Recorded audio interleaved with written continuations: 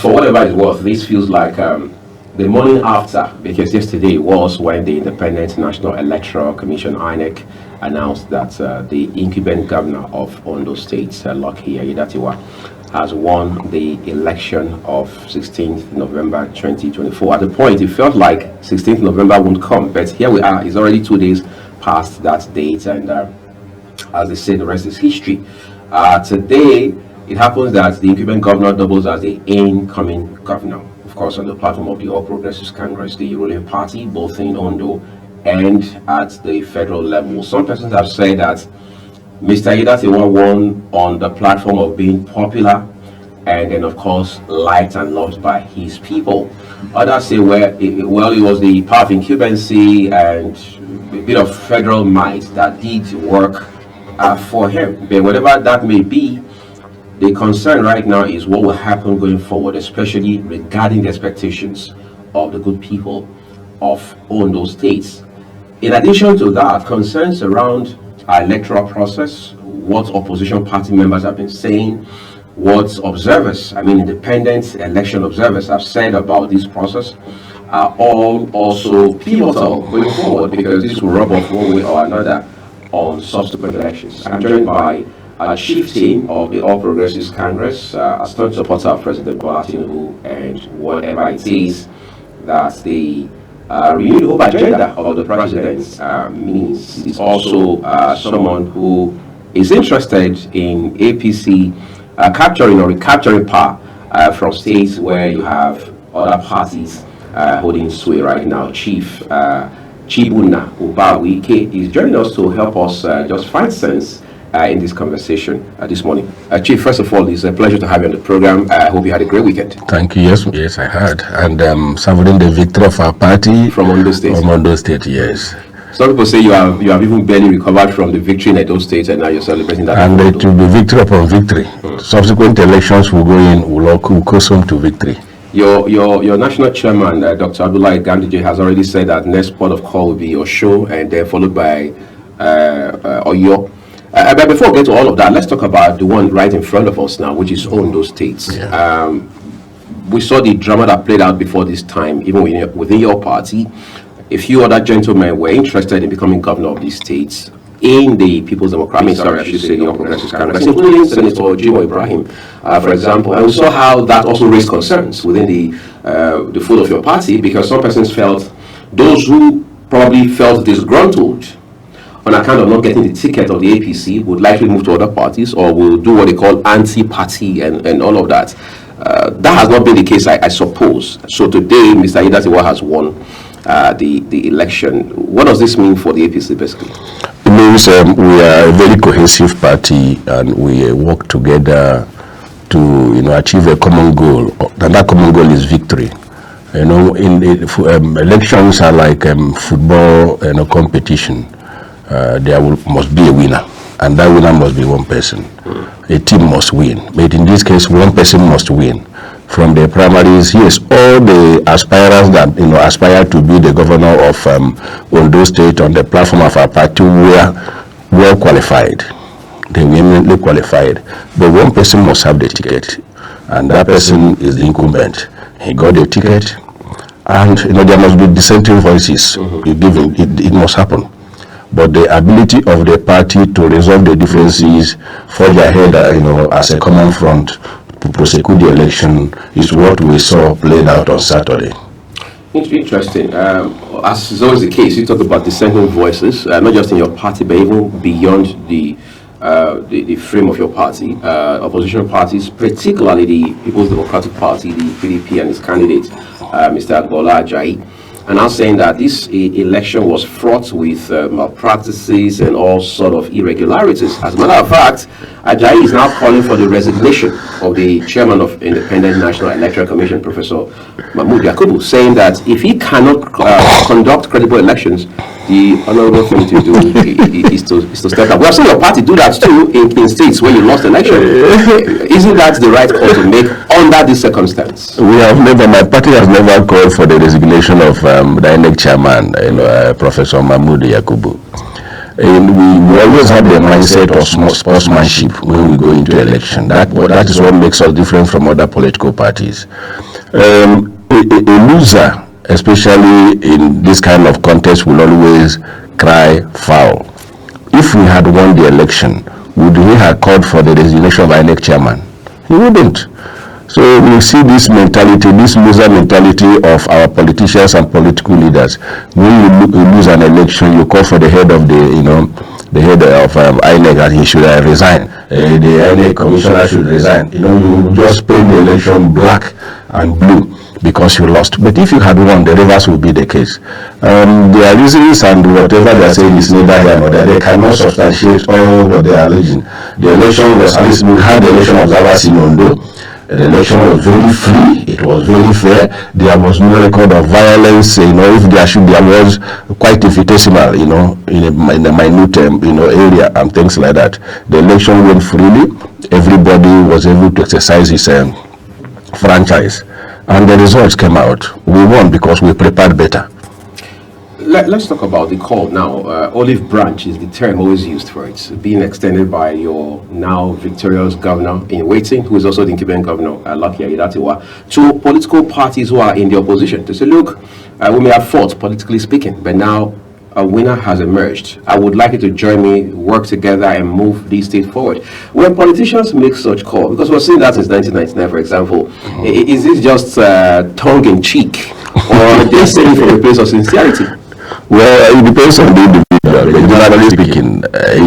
generally speaking, we'll say it is from the point of sincerity. He wants to work together with everybody, he wants to carry everybody along, because after the election comes governance.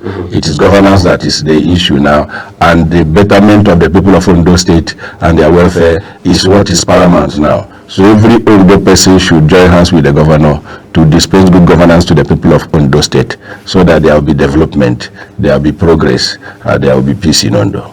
A couple of reports have indicted your party and other parties, particularly the big ones, of course, in this case, to include the PDP, the APC, and who knows, maybe the Labour, but basically the culprits here, or the suspects in the manner of speaking, are always the APC and the PDP, because these are the big dogs in the fight, so to speak. So, vote buying was said to have been perpetrated both by the APC and PDP. Even Yaga Africa did a report on that, even organized a press briefing to that effect. These are independent observers of elections across this country and beyond.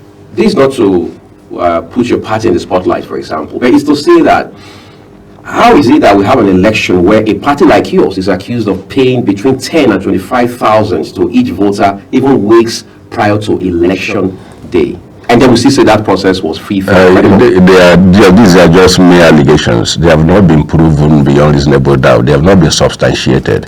It's a blanket allegation.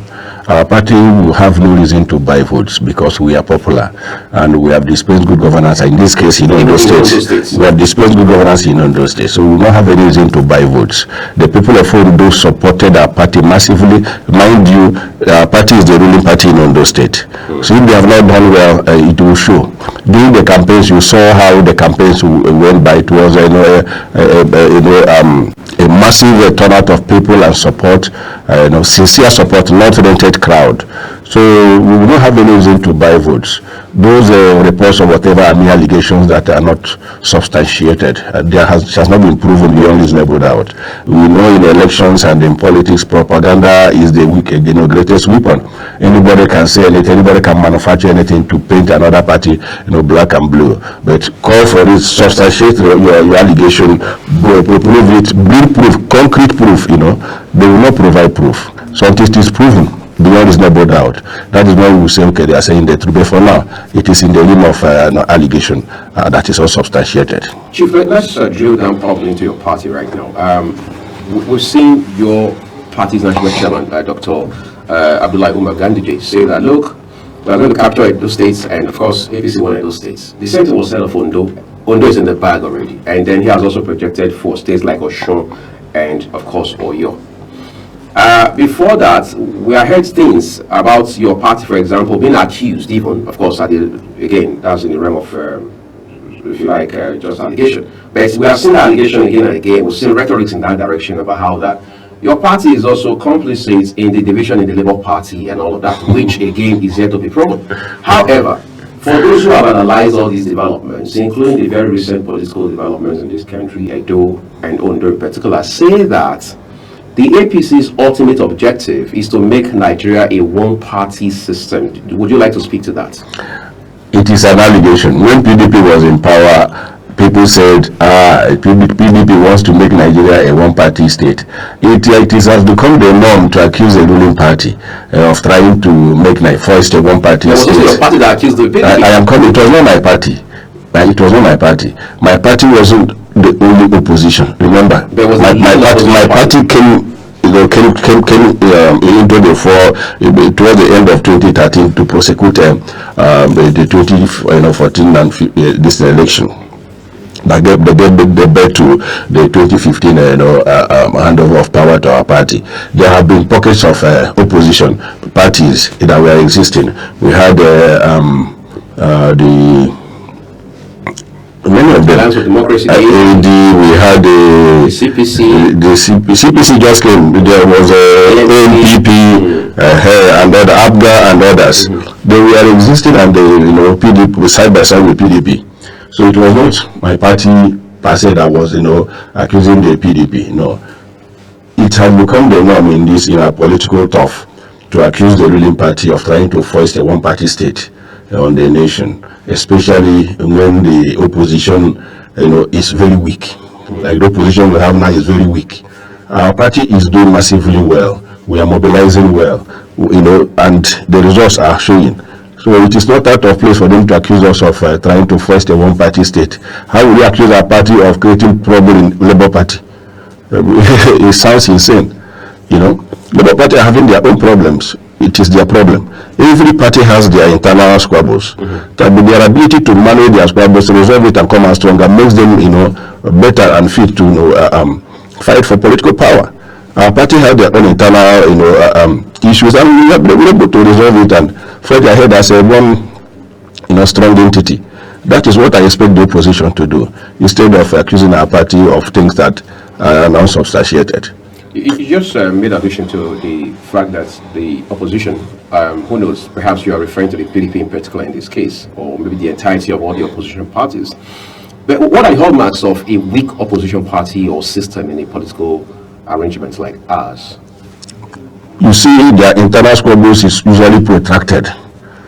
They can't come together. They can't resolve issues, and they are not articulate in bringing out issues, providing credible alternatives.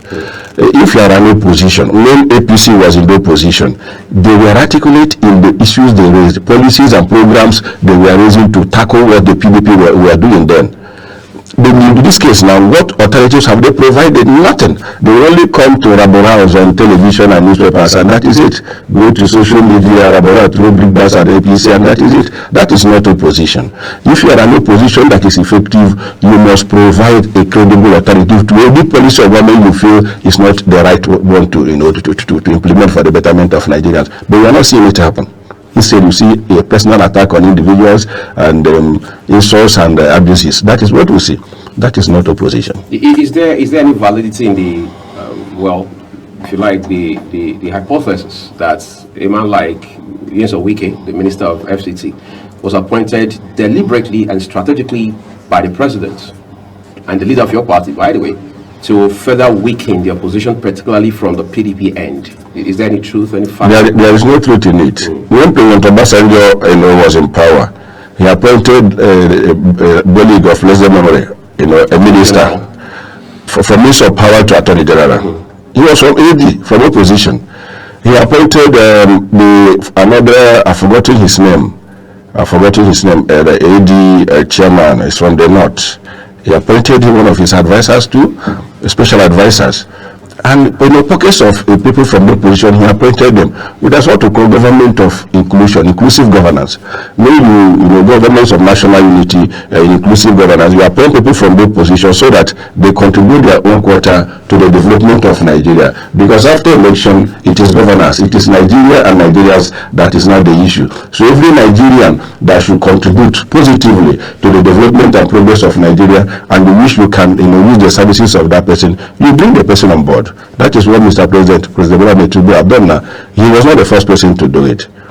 Well, we're taking a quick break now, everyone. It's becoming a bit more interesting. But when we return from this break, we will expand this conversation beyond Ondo and the opposition to look at what is in the offing in the next 2 to 3 years, particularly in light of the 2027 general election and what all of these political developments imply for that general election cycle. We're back shortly. Do stay with us.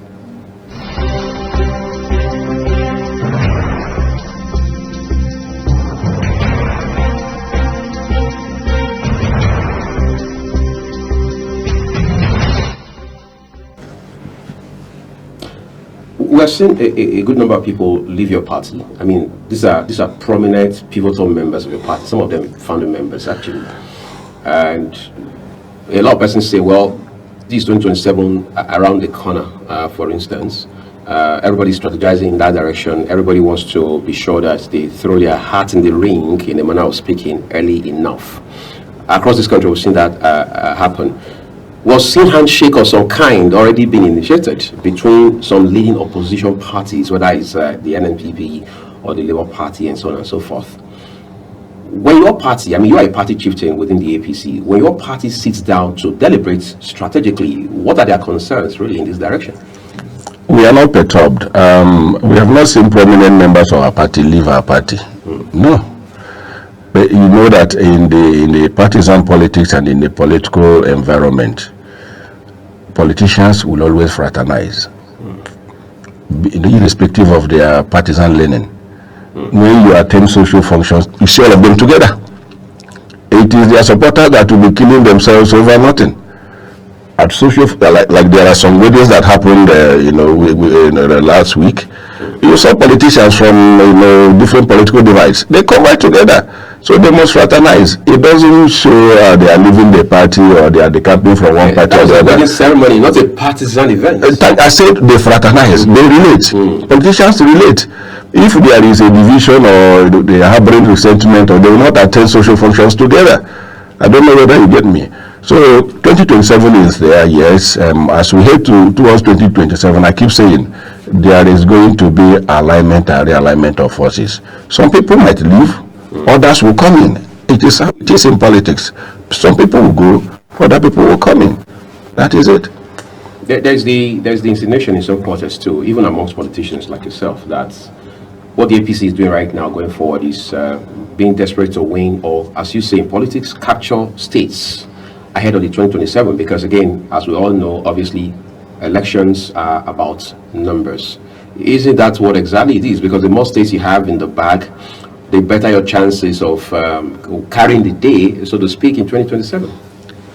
Our activities are speaking for us. Some Nigerians will not, subscribe to this. They will not believe it, but we know that we are dispensing good governance to Nigerians, and we have massive support. We are not engaging in, a savage capture of power. No, we allow our work to speak for us. We campaign well. We sell our programs and policies to the electorate, who makes the ultimate decision of who to vote, and they buy into the programs we are selling to them, and they vote for us. Talking of programs and initiatives of the government, especially under the leadership of the President and Commander-in-Chief of the Armed Forces of the Federal Republic of Nigeria, Bola Ahmed Tinubu, your own party leader. Former President Olusegun Obasanjo now says that this president, Mr. Bola Ahmed Tinubu, is creating a system that, he called it state capture. So that's what the APC is doing under the leadership of this president. And then he goes ahead to talk about how that, a couple of years ago, before the APC came into the limelight, took over power, The country's GDP was in excess of $500 billion. In fact, precisely $510 billion. By today, we're doing less than 200 overall. And nobody, particularly from the APC, has been able to explain that to Nigeria. So the former president raises concern in that direction. And the IMF has also corroborated the position of Chief Olusegun Obasanjo. So how does the APC put that on the table and dissect it for Nigerians to understand? APC is not engaging in state capture as alleged by former President Obasanjo. President Bola Ahmed Tinubu is not the first president of Nigeria that former President Obasanjo will attack. That has been his idiosyncrasy. And we give it to him. He's another statesman. He's a father. We respect him a lot. And you remember the famous letter writings. I'm surprised he has not written letters now. Yeah, maybe it's better just I'm surprised he has not written the letters. So we give it to him. Whatever he says is his personal opinion, but that is not the reality on the ground. The reality on the ground is totally different from what he is saying. APC, like we keep saying, what we met on the ground, we are trying to correct a lot of anomalies and building a future for Nigeria. Over the years, including former President Obasanjo, they contributed in battering and destroying our Nigeria. So APC is trying to rebuild, especially President Bola Ahmed Tinubu is trying to rebuild Nigeria for the betterment of all, a Nigeria that will guarantee future to all of us. That's why we're experiencing the pain, because to rebuild is painful. Do we destroy or allow the GDP to plummet all the way from over $500 billion to less than $200 billion to rebuild, for example? I mean, these are specific issues that should be of national concern. Thank you very much. The economic problem now is a global issue. It's not only peculiar to Nigeria. You take globally what is happening economically. Every part of the world is experiencing one economic issue or the other. From the time of the pandemic, COVID pandemic till now, there has been economic problem all over the world. Many advanced economies are experiencing reduction in their GDPs. It is not peculiar to Nigeria. They say he who fights once will live to fight another day. We are rebuilding. Give us, by next year, let us see what will happen. We are rebuilding. When the results of what the reforms will start trickling in, by next year you will see that a lot of things will happen on the positive side for Nigeria. Just a few months, some months into his government, President Tinubu had said that Nigeria had seen the worst time, that the light at the end of the tunnel was going to shine so bright. It's been a year and 6 months virtually. It will appear we have not even been able to figure out where the switch is, let alone turn on the lights. Today, time will fail us to go into the manifestations of the hardship that Nigerians deal with every other day. Is this how bad it should get, or is it going to get worse, or are we already at the crescendo of that hardship experience? It is always the case at the break of the dawn. After that, darkness use the dawn breaks, and then you see the light. Let us watch and see. We are at the threshold of our, dawn, positive dawn. Let us see. We look at your party, I mean the APC, for example, and you find people who say that Nigeria needs alternative. We saw a bit of that play out in the build-up to the 2023 general election. As it stands in Nigeria right now, people are hungry. In fact, just by the way, people have even said the reason these issues around vote buying was very prominent and easy to navigate for politicians in Ondo was on account of the fact that people are hungry. So it's easy for you to sway the opinion or the decision of a hungry man, that sort of thing. If we were to do it all over again, what should we be changing about Nigeria? Because there are people who are now saying that President Bola Tinubu is a bit dogmatic about his policies. He's not allowing flexibility. He makes it look like as if it is either this way or it is this way, as if you can't have alternatives. Is this the best we can do as a government and as a people? In formulating policies to correct an obvious problem that has been protracted, there are tough decisions one needs to take. And when you take those tough decisions, after seeking professional opinions, and you arrive at something that, if we take this route, it will get us out of this protracted problem. People that have been benefiting from that problem will always criticize it when you are taking a decision that will alter what you've been used to.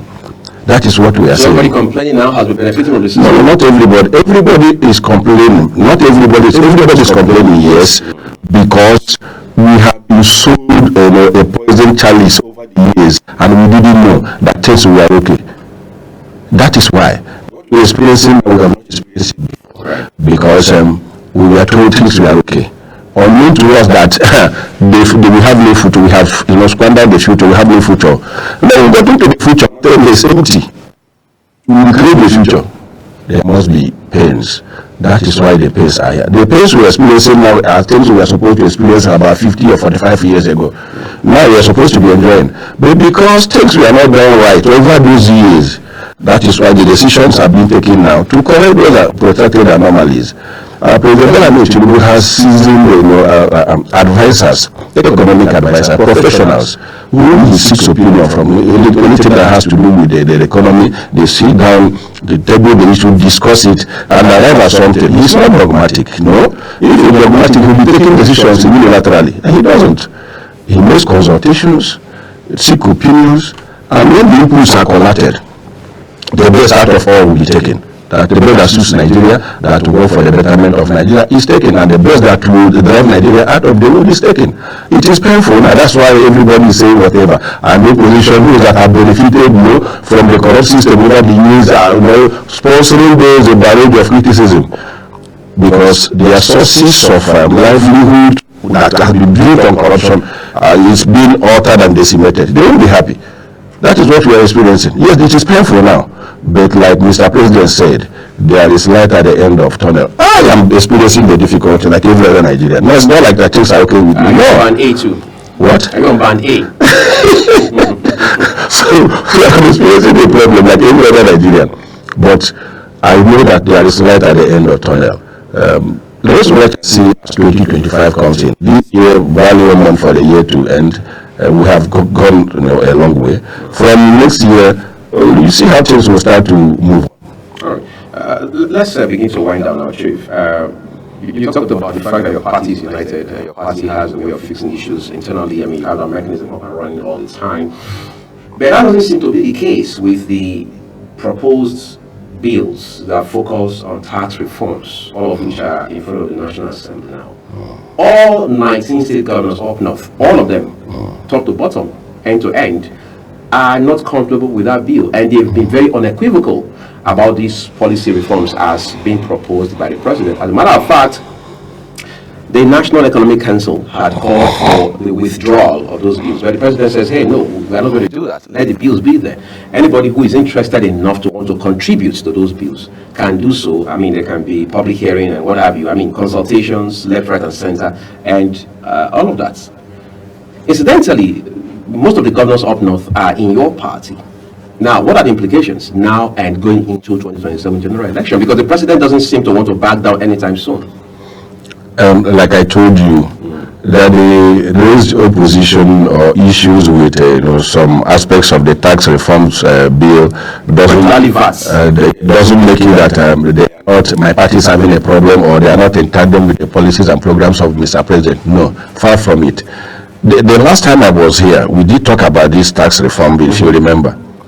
I say that every state in Nigeria is richly endowed, is very rich, but the docility of governors and bad governance of the governor who does not want to create wealth, they want to feast on what has already been created, is what is causing problem. Make your state investment friendly. Investors will come to your state and invest, you reap from the VAT. Where another state has made it so very investment friendly and is reaping from the benefit of the kind of derivation, do you blame? Make your state investment friendly. I don't want to go into specifics. Make your state investment friendly so that investors will come to your state, invest, you live from the VAT. That is what Mr. President is all about, talking about. This, I did mention something, the feeding bottle syndrome, that our governors are used to. Every month they come and collect allocation. He wants to discourage you. Work very hard in your state, develop your state, so that investors will come to your state, invest, you reap from the investment, and the GDP of your state will increase. You create more jobs for your state, the economy of your state will become buoyant. You will not be looking for that. There are some states, as presently, that can comfortably run their states without looking at federal allocation. But because they are collecting that money from the federal government, they are not working. They wait at the end of the month. they could get the allocation. That's all. IGR, zero. Nothing. They just concentrate. But they have, economic deposits in their state that they need to tap in to make their state self-reliant and self-sustaining. But they're not doing it. If you had your way on the final notes now, I mean, if you had a chance at advising the president about these tax reforms as being proposed, would you say he should soft pedal somewhat or go ahead as already proposed? I will ask him to go ahead. Because the long and short of the tax reform bill or before the National Assembly is let the rich pay more. Pay proportionate to what you earn, and let the poor be left out of the tax net. That is just the thing. That's the simple arithmetic. Let the rich pay more, and let the poor be exempted from paying tax. Because there are a lot of incentives. They are not talking about the incentives provided in the tax reform bill. They are not talking about it. They are talking about the VAT, because the states have not made their states very investment friendly. They have not attracted investors to their state. They depend on what other states that have provided a favorable investment climate to investors. They suffer. Then you be the one to enjoy it. No, it's not done like that. Work hard in your state, generate in your state, and then everybody will be happy for it. Let the states work hard. I will advise Mr. President, go ahead with the tax reform bill. Let the rich pay more, and let the poor be left out of the tax net. That's all. Incidentally, as it stands right now, we understand those who earn below 800,000 per annum will not be included in this tax system as is being proposed right now. Chief Chibuna Ubawuike, thank you. Thank you so much. To share with us today. We're taking a quick break, everyone. When we return, we'll turn our eye to this particular industry, the broadcast media industry, and issues around regulations. What exactly have they meant for Nigeria the last couple of decades, in particular, whether under military regime or now that Nigeria is practicing democracy? And going forward, what more can the media do to leverage, for example, the Freedom of Information Act, the FOI, which even some practitioners in this space don't seem to be very much aware of? We'll talk about all of those when we return. Please do stay with us.